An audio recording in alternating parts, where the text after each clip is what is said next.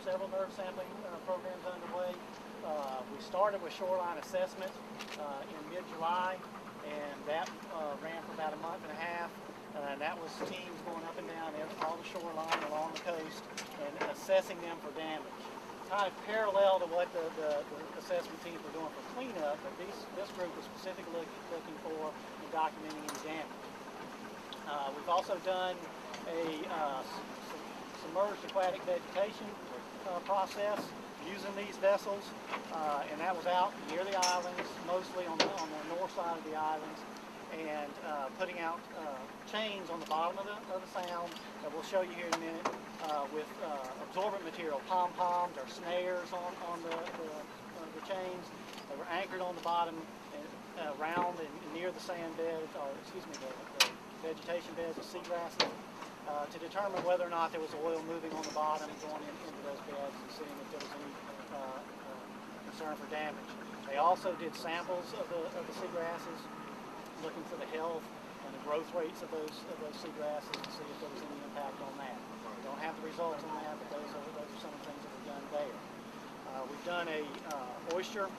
We've got an oyster program in the works right now.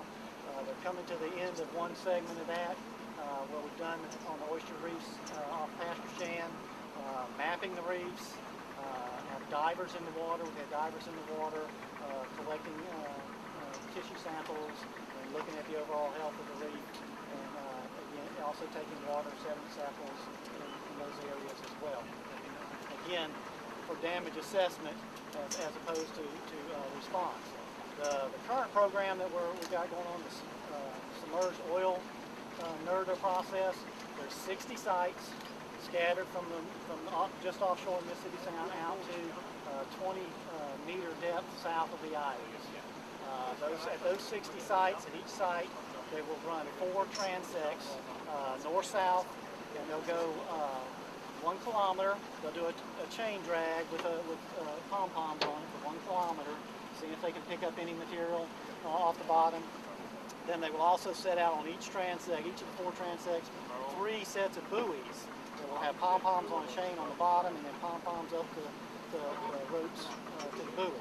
Those will be set out. They're left out for 24 to 72 hours. Then we come back and pick up those pom-poms. They've got a dark room set up on the boat that they will then take a UV light and inspect those pom-poms with UV light. If there's any oil there, it will shine or fluoresce an orange color, so we'll be able to tell there's oil there. A little bit difference between response and damage assessment in the submerged oil. When we were doing the response process, we were looking for recoverable material, enough material that would warrant being able to get out there and try to pick it up, something that would be a risk to come inshore.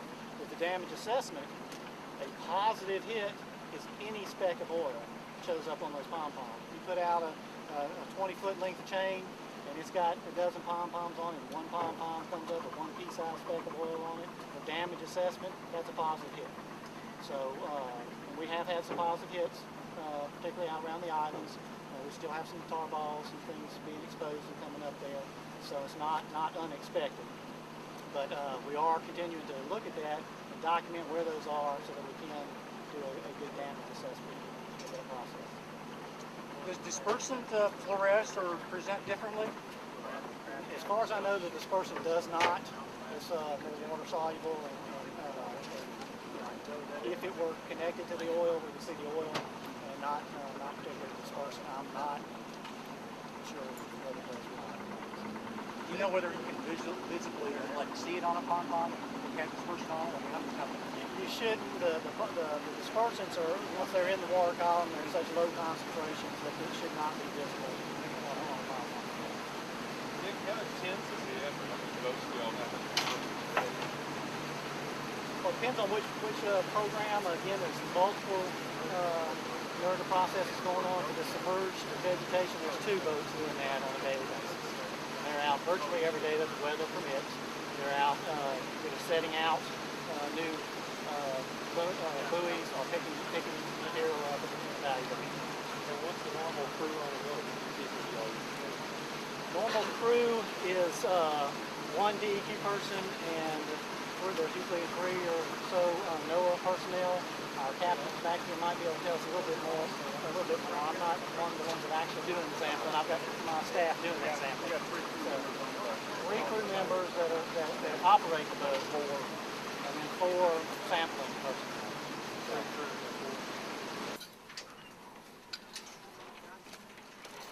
Okay, one of the sampling events we did. This was a setup for the submerged aquatic vegetation sampling program. Float with a piece of line. What we got here is a polyethylene piece of polyethylene material that was on a clip here that would float in the water, and then another piece of that was put inside this little sampling case, wound around the post in there, and then sealed up. And this was set over in the water. The chain was just as an anchor, and that would be set over in the water, so that we had 2 pieces of this polyethylene material that would collect oil on it, and that would be left out for up to 72 hours, and then they bring it back in and check it for any oil on it. And this was used around the grass beds, where we had to be careful about any disturbing of the bottom. We needed something that would sit still because we didn't want to drag something through and damage the grass beds. So this is one of the units that they use for that process. Again, we're at a stopping point on that one. They may very well come back again and repeat this process at a future date, but they've worked through that process. One of the other things they did was they used set out buoy systems with chain, and we would take these chains, and they've got a weight on each end, and they would be set to lay on the bottom near the grass beds, and then we take the pom-pom material, we would tie that to the chain, and we would have several of these pom-poms down the chain. And again, these were set out near the grass beds so that if anything moved in or out of those beds, we would pick up the oil on the absorbent material there. And again, they would evaluate that with ultraviolet light, the way they would check that for oil. The current process with the submerged aquatic vegetation is again submerged oil process is using again this type of buoy setup. Again, at each site there'll be 12 of these buoys set up with pom-pom on the chain, and also pom-pom material clipped at 3 locations up the float rope. Getting all tangled up here. So we would have 1 pom-pom near the top, 1 in the center, and then 1 near the bottom of this float. So that's one of the things that's being done. The other is they're actually doing a chain drag in areas where there is not aquatic vegetation. I'll try to demonstrate this for you.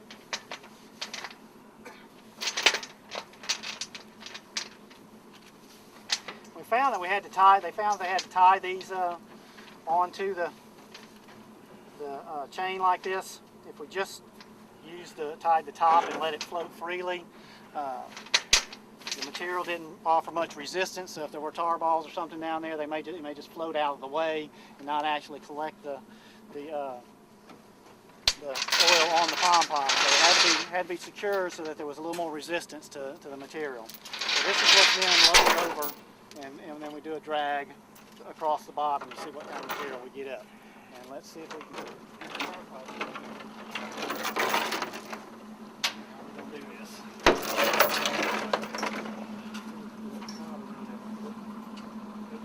Around that right there, and whenever we go, we'll just throw it out, and I'll kick the engine in gear and let the line come taut. And got it, Charlie? Yeah. Hey, Charlie, whenever we throw this out, don't pay it all out yet. Whenever we throw it, Feed it.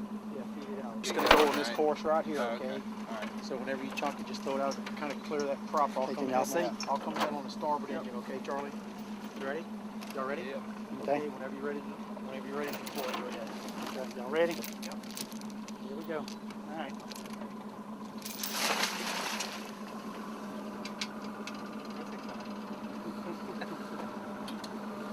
Clear, Charlie?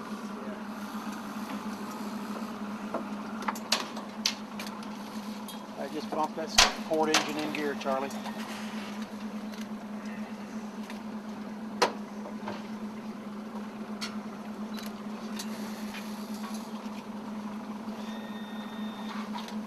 You want over here? Nope, good. 1 kilometer.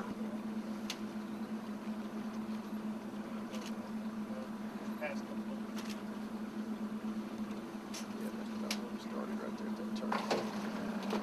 If you want to pass it up here, we'll help you with it, Charlie. You got it? Might need some slack.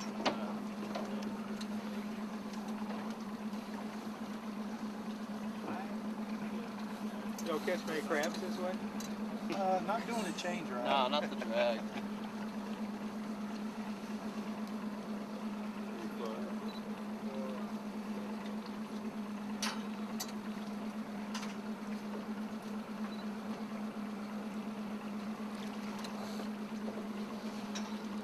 Seen. Okay, so that's the kind of thing that we're looking at. Of course, it has to be evaluated using the UV light to determine whether or not it is, what's on there is oil or not. This kind of material, as you see the little specks on here, that's what they would typically be looking at to determine whether that's just mud or whether that is in fact it's oil. Don't have the UV light with us today. That's out on the boat being used, so I can't show you that process, but that's basically what we're doing. Again, this is at 60 sites, 4 drags at each site for this phase of that program. And again, once that's done, depending on the number of hits we get, how many of the pom-poms actually show some oil on them, we'll reevaluate and determine whether we do additional sites or we wait and take a break and come back and do it again at at a later time. But we'll be doing these things, generally working them and then doing them in segments, especially the biological stuff. You take samples and wait for a cycle, and then we'll take additional samples. The oyster sampling is winding down, and then spring we'll be out doing additional oyster sampling.